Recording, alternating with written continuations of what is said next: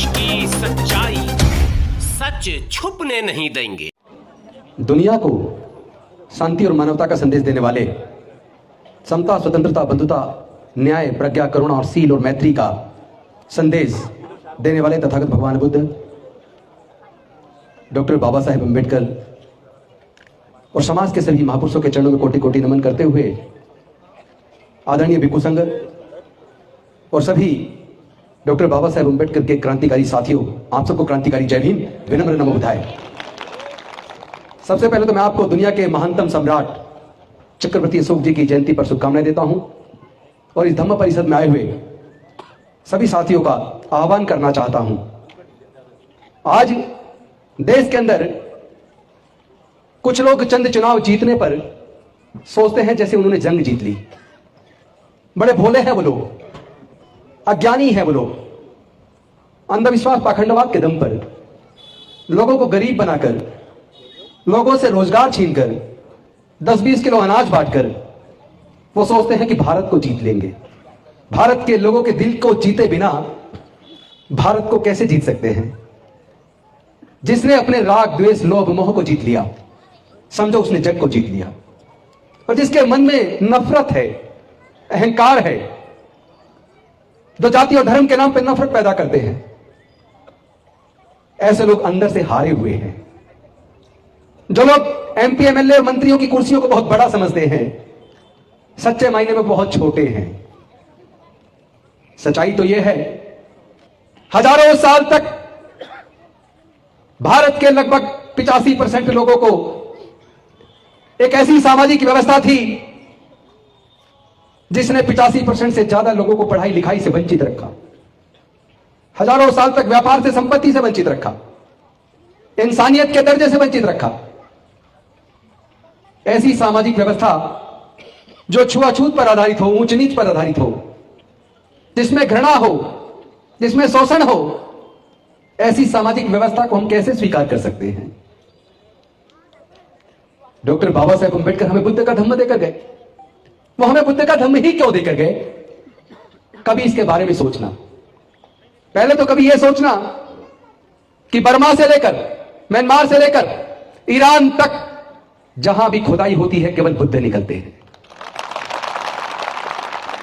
अयोध्या में जब खुदाई हुई तो पता लगा वो साकेत नगरी थी, वो बौद्धों की नगरी थी, वहां भी केवल बुद्ध निकले। पूरे भारत में खुदाई में 95% केवल बुद्ध निकले हैं। 2200 से ज्यादा भारत के अंदर गुफाएं हैं, 2000 से ज्यादा गुफाओं में केवल बुद्ध हैं। बाबा साहेब ने इतिहास को जान लिया था। वो इस बात को अच्छे तरीके से समझ गए थे कि हमारे पूर्वज बौद्ध थे और उसके सबूत बार बार जमीन को फाड़ के बाहर निकलते हैं। याद करो आप लोग, जब अमेरिका का और तालिबान का युद्ध हुआ था तो अफगानिस्तान के बामियान में पूरी चट्टान के अंदर बुद्ध की प्रतिमा को तोड़ने में तोपों से कम 15 दिन लगे थे। तो बुद्ध अफगानिस्तान में कैसे आ गए? ईरान की खुदाई में बुद्ध कैसे आ गए? पाकिस्तान की सरकार इस बात से अचंभित है, जहां भी पाकिस्तान में खुदाई होती है केवल बुद्ध निकलते हैं। तो डॉक्टर बाबा साहेब अम्बेडकर वो महामानव थे जिन्होंने हमारे हजारों साल की गुलामी को तोड़ दिया, हमारे पढ़ने लिखने के रास्ते खोल दिए, हमारे नौकरियों में आने के रास्ते खोल दिए, हमारे संसद और विधानसभाओं में जाने के रास्ते खोल दिए, हमारे मंत्री, मुख्यमंत्री, राष्ट्रपति, मुख्य न्यायाधीश बनने के रास्ते खोल दिए। लेकिन ये रास्ते खोलने में उन्होंने अपने छोटे छोटे 4 बच्चों को गंवा दिया। उन्होंने जवानी में माता रमाबाई को गंवा दिया। इतनी आसानी से वो सब कुछ हमें देकर नहीं गए। इसको देने के लिए उन्होंने अपनी पूरी जीवन को जला दिया। ये जो ज्ञान की रोशनी आज हमें नजर आ रही है, ये रोशनी डॉक्टर बाबा साहब अम्बेडकर ने अपने आप को जलाकर हमें दी है। मैं आप सबसे पूछना चाहता हूं, क्या डॉक्टर बाबा साहब अम्बेडकर जी की कुर्बानी बेकार चली जानी चाहिए? जो वो देकर गए थे 70% छीन चुका है। और हम अगर ऐसे ही चुप बैठे रहे, अगर हम ऐसे ही जातियों में बटे रहे, तो याद रखना आने वाले 10 से 15 सालों में जो बचा हुआ 30% वो भी छिन जाएगा। बौद्ध का मतलब क्या है? अगर आप बुद्धि का इस्तेमाल नहीं करते, अगर आप विवेक का इस्तेमाल नहीं करते, अगर आप अंधभक्त बन जाते हैं, अगर आप मूर्ति पूजक बन जाते हैं, चाहे वो बुद्ध की और बाबा साहेब की मूर्ति की पूजा क्यों ना हो, अगर आप उनके विचार को अपने आचरण में नहीं उतारते, अगर आप सदाचार और नैतिकता का जीवन अपने अंदर धारण नहीं करते, अगर आप बुद्ध के विचारधारा को व्यवहार में नहीं उतारते, अगर आप जातियों को जिंदा रखते हो, तो याद रखना आप बुद्ध के धम्म के सबसे बड़े दुश्मन हो। आप डॉक्टर बाबा साहेब अंबेडकर की विचारधारा के खिलाफ हो। बाबा साहेब तो इस बात को जान चुके थे कि हम सब लोग मूल निवासी हैं, भारत के हैं, हम सब बहुजनों का खून एक है, हमारे पूर्वज एक थे। और अब तो आरएसएस ने भी स्वीकार कर लिया, जाति पंडितों ने बनाई है। उन्होंने फूट डालो और शासन करो की नीति के तहत भारत के बहुजनों को 85% लोगों को हजारों जातियों में बांट दिया। लेकिन आज हम लोग अपनी मर्जी से जातियों में बटे हुए हैं। क्या हम लोग आपस में रोटी बेटी का रिश्ता करते हैं? अनुसूचित जाति, जनजाति, पिछड़े वर्ग के लोग इस बात को जान ले, हमारे पूर्वज बौद्ध थे, हमारा खून एक है, तो ये जातियों को खत्म करने का समय आ गया है। जाति छोड़ो, समाज जोड़ो, जाति तोड़ो, भारत जोड़ो।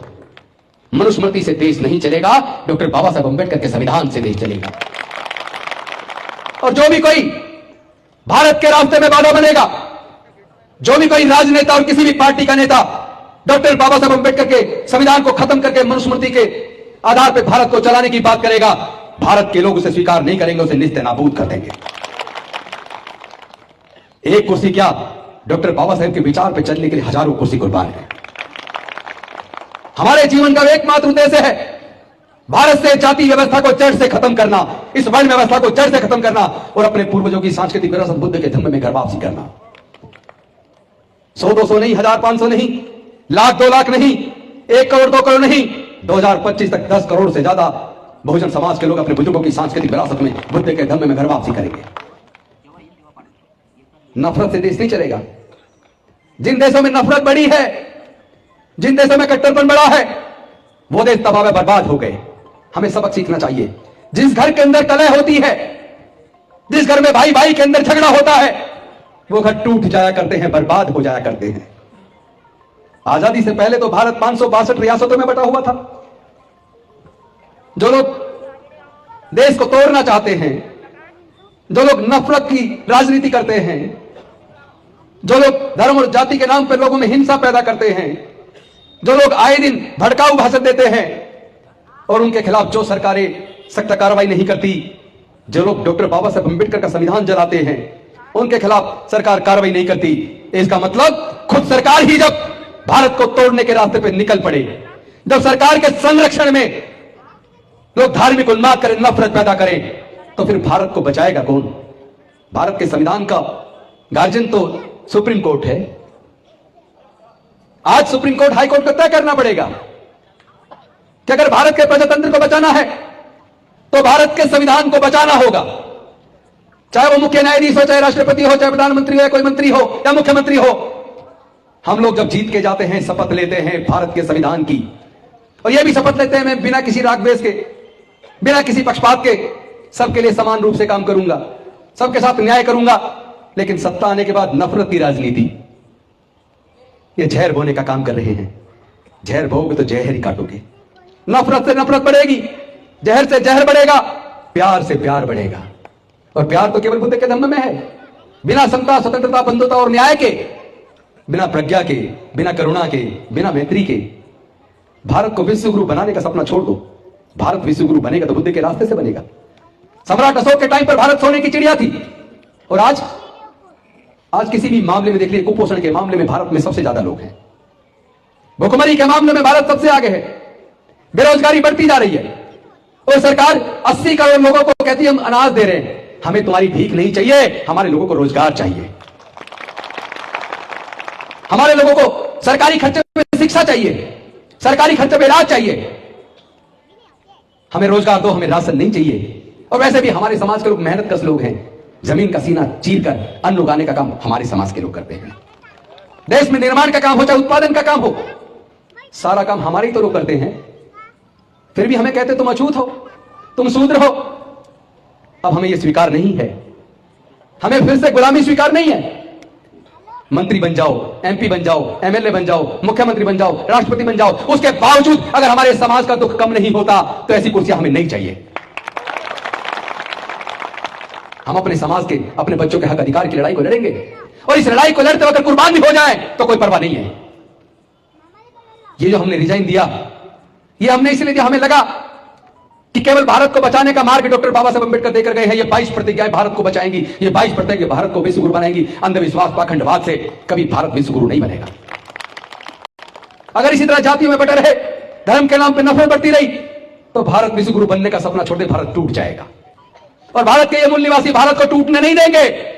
हम ऐसे लोगों को निस्तानाबूद कर देंगे जो भारत को तोड़ने का सपना देख रहे हैं। हम ऐसे लोगों को निस्तानाबूद कर देंगे जो भारत के संविधान को बदलकर मनुस्मृति का शासन भारत में लाना चाहते हैं। हमें स्वीकार नहीं है। लेकिन इससे पहले मैं आप सबसे निवेदन करता हूं, सरकारें तो बाद में करेंगी, पहले आप कम से कम अपने अंदर फैले इस छुआछूत को तो खत्म करो।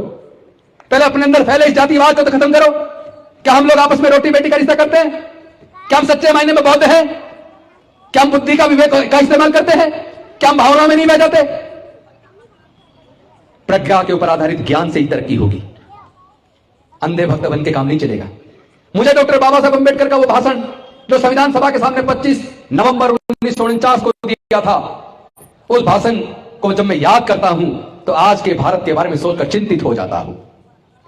डॉक्टर बाबा साहब अंबेडकर जी ने संविधान सभा के सामने 25 नवंबर 1949 को अपने भाषण में कहा था कि भारत एक सशक्त राष्ट्र के रूप में निर्मित होगा, इसमें मुझे कोई संदेह नहीं है, लेकिन भारत आजाद बना रहेगा, भारत के लोगों की आजादी बनी रहेगी। इस बात पे मुझे दो चिंताएं सताती हैं। दो चिंताएं जाहिर की थी डॉक्टर बाबा साहब अंबेडकर ने। पहली चिंता, उन्होंने कहा था जिस दिन भारत के लोग धर्म को देश से ऊपर मान लेंगे उस दिन भारत अपनी आजादी खो देगा।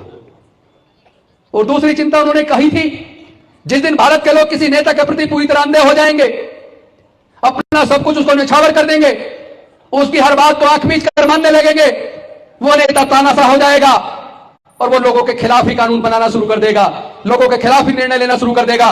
उस दिन किताबों में आजादी रहेगी लेकिन भारत के लोग अपनी आजादी खो देंगे। आज मुझे डॉक्टर बाबा साहब अंबेडकर कितने दूरदर्शी थे मुझे याद आता है। 1949 को कहीं उनकी बात आज सच साबित हो रही है, क्योंकि भारत में कुछ लोग धर्म को देश से ऊपर मानने लगे हैं, अंधभक्त हो गए हैं। नेताओं के गले में माला डालना छोड़ दो,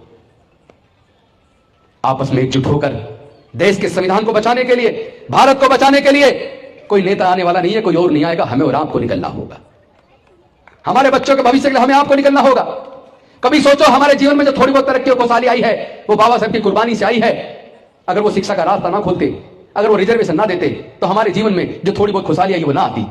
लेकिन ये खुशहाली बचेगी नहीं, हमारे बच्चों का भविष्य अंधकार की तरफ तेजी से जा रहा है, क्योंकि खुद सरकारों ने ऐसा निर्णय लिया है कि पिछले 15 से 20 सालों में 1.5 लाख से ज्यादा सरकारी स्कूल बंद हो गए। केवल पिछले 8 सालों में, केवल पिछले 8 सालों में 60,000 से ज्यादा सरकारी स्कूल बंद हो गए। ऊपर से नई शिक्षा पॉलिसी आई है, यूनिवर्सिटीज को कैटेगराइज किया जा रहा है। ए ग्रेड यूनिवर्सिटी को पूरा खर्चा खुद उठाना होगा, यानी बच्चों को उठाना होगा। बी ग्रेड यूनिवर्सिटी को 75% खर्चा खुद उठाना होगा, यानी बच्चों को उठाना होगा। और जो सी ग्रेड यूनिवर्सिटी होंगी जहां से बच्चे कामयाब भी नहीं हो पाएंगे, वहां से पढ़ने वाले बच्चों को भी 25% खर्चा खुद उठाना होगा। जिनके बच्चे इंजीनियरिंग कर रहे हैं, जिनके बच्चे BLLB कर रहे हैं नेशनल लॉ यूनिवर्सिटी से, जिनके बच्चे मेडिकल कर रहे हैं, जिनके बच्चे IIM कर रहे हैं, जरा वो कभी फीस का चार्ट निकाल के देखो। सरकारी कॉलेज में IIM में एडमिशन लेके 2 साल की डिग्री लेने के लिए एक पेरेंट को 40 लाख से ज्यादा पैसा चाहिए, 40 लाख रुपए से ज्यादा। क्या हमारे समाज के 99.99% लोग अपने बच्चों को IIM कराने का 40 लाख से ज्यादा का खर्चा उठा सकते हैं? क्या नहीं उठा सकते ना? आप लॉ की फीस देखिए, नेशनल लॉ यूनिवर्सिटी की, बेंगलोर लॉ स्कूल की, पुणे लॉ स्कूल की, बॉम्बे लॉ स्कूल की, कहीं भी जो रेपुटेटेड लॉ स्कूल हैं जो भारत सरकार ने बनाए हैं, उसकी फीस देखो 5 साल का कोर्स, 1 साल की केवल फीस का खर्चा 2 लाख रुपए से ज्यादा। हॉस्टल का खर्चा अलग, खाने का खर्चा अलग, सारे खर्चे जोड़ ले तो कम से कम 3 से 3.5 4 लाख रुपए 1 साल के लिए चाहिए। 5 साल का कोर्स करने के लिए कम से कम 15 लाख रुपए चाहिए। क्या अनुसूचित जाति, जनजाति, पिछड़े वर्ग के लोग ये 15 लाख रुपए का खर्चा अपने बच्चे के हायर एजुकेशन का खर्चा उठा सकते हैं? क्या इंजीनियरिंग कॉलेज, सरकारी इंजीनियरिंग कॉलेज में जिनके बच्चे पढ़ रहे हैं उनकी फीस का चार्ट देख लेना। उसकी फीस का खर्चा, ट्यूशन का खर्चा, उसके हॉस्टल का खर्चा, उसके खाने का खर्चा, सारे खर्चे अगर जोड़ ले 15 लाख से ज्यादा चाहिए 4 साल का कोर्स करने के लिए। 8वीं 10वीं करा के क्या बच्चा कुछ बन पाएगा? 8वीं, ये सरकारें हमारे बच्चों को केवल 8वीं 10वीं तक पढ़ाना चाहती हैं। वो ये जान गए कि ये समाज पढ़ लिख गया तो सवाल करने लगा है। जो पढ़ेगा वो जागरूक होगा, वो पाखंडवाद अंधविश्वास से दूर हो जाएगा, और अंधविश्वास पाखंडवाद से दूर हो गया तो इनकी राजनीति खत्म हो जाएगी। वो नहीं चाहते कि आपके बच्चे पढ़े लिखे, वो नहीं चाहते कि आपके बच्चे व्यापारी बने, वो नहीं चाहते कि आपके बच्चे पढ़ लिख कर जज, engineer, doctor, collector, scientist, professor बने। वो चाहते हैं कि आपके बच्चे पढ़ ना पाए, 12वीं के बाद उसकी पढ़ाई छूट जाए और वो मजदूर बन जाए, क्योंकि जो मजदूर बन जाता है वो गुलाम बन जाता है। इसीलिए वो कह रहे हैं 80 करोड़ लोगों को राशन दे रहे हैं, मुफ्त में राशन। क्यों दे रहे हो? किसने मांगा था? क्या जनता ने कहा था कि आप हमें मुफ्त में राशन दो? जनता तो ये कह रही है आप हमें रोजगार दो, हमारे बच्चों को मुफ्त में पढ़ाई दो। मुफ्त में पढ़ाई नहीं देंगे, राशन दे देंगे, क्योंकि अगर राशन नहीं होगा भूखे मर जाओगे। इन्हें वोट देकर चुनेगा कौन? इनकी सेवा कौन करेगा? इन्हें सेवक चाहिए। इनकी मिलों में, इनकी फैक्ट्रियों में सस्ते मजदूर कहां से आएंगे? इन्हें सस्ते मजदूर चाहिए। यह अनुसूचित जाति, जनजाति, पिछड़े वर्ग, अल्पसंख्यक, गरीबों को, मजदूरों को, किसानों को केवल मजदूर बनाए रखना चाहते हैं। इसीलिए ये जानबूझकर हायर एजुकेशन की पढ़ाई का खर्चा महंगा करते जा रहे हैं ताकि आपके बच्चे पढ़ ना पाए। आप लोग इस साजिश को समझेंगे कि नहीं समझेंगे? अभी तक आप समझ नहीं रहे। कुछ ही दिन में आप इस लायक नहीं बचेंगे कि अपने बच्चों को हायर एजुकेशन में पढ़ा पाए। बच्चों का भविष्य अंधकार में जा रहा है और हमारे नेता संसद में, विधानसभा में गूंगे और बहरे बन के बैठ जाते हैं। उन्हीं के आंखों के सामने समाज के खिलाफ प्रस्ताव पारित करती है सरकारें। ऐसे गद्दार लोगों को भी सबक सिखाने का समय आ गया है। ऐसे नेताओं को रास्ता दिखाना होगा जो देश की संसद में और विधानसभाओं में बैठे हैं, लेकिन वहां बैठकर जो समाज उन्हें चुनकर भेजता है उस समाज की दुख तकलीफ उन्हें याद नहीं रहती। उस समाज पर होने वाले जुल्म अत्याचार उन्हें नजर नहीं आते। जब नई शिक्षा नीति आई थी तो हमारे सांसद क्या कर रहे थे? क्या उनको उसका विरोध नहीं करना चाहिए था? धीरे धीरे करके उन्होंने हमारी गर्दन काट दी, हमारे बच्चों के भविष्य को अंधकार में डाल दिया। आज अगर हम चुप लगाए रहे, अगर सच्चाई को जान के हमने न्याय की लड़ाई को तेज नहीं किया, तो याद रखना आप अपने बच्चों से आंखें नहीं मिला पाएंगे। क्योंकि जब आपके बच्चे पढ़ नहीं पाएंगे, आपके बच्चे मजदूर बन जाएंगे, तो आपके बच्चे फिर से दोबारा गुलाम होंगे और वो कहेंगे कि जब ये सब कुछ हो रहा था, जब बाबा साहेब के द्वारा दिए हुए अधिकार छीन रहे थे, तो हमारे माँ बाप, हमारे नेता सब चुप्पी साधे हुए थे। इन लोगों ने उस वक्त लड़ाई क्यों न लड़ी? एक तरफ डॉक्टर बाबा साहेब अम्बेडकर जी ने अपने 4-4 बच्चे, अपनी पत्नी और अपनी पूरी जवानी को जला दिया। एक तरफ हमारे माँ बापों ने अपनी आंखों के सामने सब कुछ गंवा दिया। क्या आप लोग अपने बच्चों से आंखें मिला पाएंगे? क्या सोच के देखो गुलामी का जीवन कैसा होता है। इस आजादी को दिलाने के लिए बहुत लोगों ने अपनी जान की कुर्बानी दी है। मैंने भी संकल्प किया है, अगर समाज कहे तो पूरी जिंदगी कोई चुनाव नहीं लड़ूंगा, लेकिन अपने समाज के बच्चों के भविष्य के लिए मैं लड़ूंगा। बोलते में भारत का सपना डॉक्टर बाबा साहेब अम्बेडकर का था। उस सपने को साकार करने के लिए जो कुछ करना पड़ेगा वो मैं करूंगा। इसको करते हुए अगर हमारी जान भी चली जाए तो कोई परवाह नहीं, मुझे गर्व होगा कि मैं डॉक्टर बाबा साहेब अम्बेडकर के सपने के लिए कुर्बान हुआ। वैसे भी लंबी जीवन जी के करना क्या है? डॉक्टर बाबा साहब तो खुद कहकर गए, स्वाभिमान की जिंदगी चाहे 4 दिन की क्यों ना हो, लेकिन जिंदगी स्वाभिमान की होनी चाहिए। जीवन लंबा बेशक ना हो, पर जीवन स्वाभिमान और सम्मान से भरा हुआ होना चाहिए। तो जब तक हम जिएंगे अपने समाज के लिए जिएंगे, इसी समाज के लिए मरेंगे। अपने बच्चों के हक और अधिकार की लड़ाई को हमने लड़ने का संकल्प किया है, इसके लिए जो भी कुर्बान करना पड़े हम करेंगे। हम डरने वाले लोग नहीं हैं। वैसे भी हमारे अंदर डॉक्टर बाबा साहेब अम्बेडकर का खून बहता है, हमारी रगों में डॉक्टर बाबा साहेब अम्बेडकर का खून है। ना कोई हमें खरीद सकता है, ना हमें कोई डरा सकता है, ना हमें कोई झुका सकता है, और हत्या भी करना चाहेगा तो आसानी से मार भी नहीं सकता, क्योंकि पूरा भारत हमारे साथ खड़ा है। हम लोग इस लड़ाई को एकजुट होकर बहुत मजबूती के साथ लड़ेंगे। लेकिन मेरा आपसे हाथ जोड़कर निवेदन है, इस लड़ाई को जीतने का एक ही रास्ता है। हम जहां भी जाते हैं लोग कहते हैं कि हमारे साथ जातिगत उत्पीड़न होता है। मूंछ रखने पर जितेंद्र मेघवाल की हत्या हो गई, घड़ा छूने पर इंद्र मेघवाल की हत्या हो गई, हमारी बहन बेटियों के साथ बलात्कार करके हत्या हो रही है। साहब वो आपको याद होगा गुजरात वाला केस, बिल्किस बानो का, किस तरह उसके बच्चे को मार दिया, परिवार के लोगों को मार दिया, सामूहिक बलात्कार किया। और बलात्कारियों को समय से पहले ना केवल छोड़ दिया, उनके गले में माला डालकर मिठाई खिलाकर वीडियो बनाकर वायरल की जा रही है, तो भारत किस दिशा में जा रहा है? जब क्या शिक्षा दे रहे हो आप? बलात्कारियों को प्रोत्साहन दे रहे हो। इसी तरह अगर नफरत बढ़ती रही तो हमारा देश भारत नहीं बचेगा। आप बताइए, क्या भारत को बचाने की लड़ाई हमें लड़नी चाहिए कि नहीं लड़नी चाहिए? डॉक्टर बाबा साहब अंबेडकर के सपनों का भारत बनाने की लड़ाई लड़नी चाहिए कि नहीं लड़नी चाहिए? तो हम लड़ेंगे, हम लड़ेंगे, हम जीतेंगे। बहुत बहुत धन्यवाद। नमो बुद्धाय। जय भीम, जय भारत।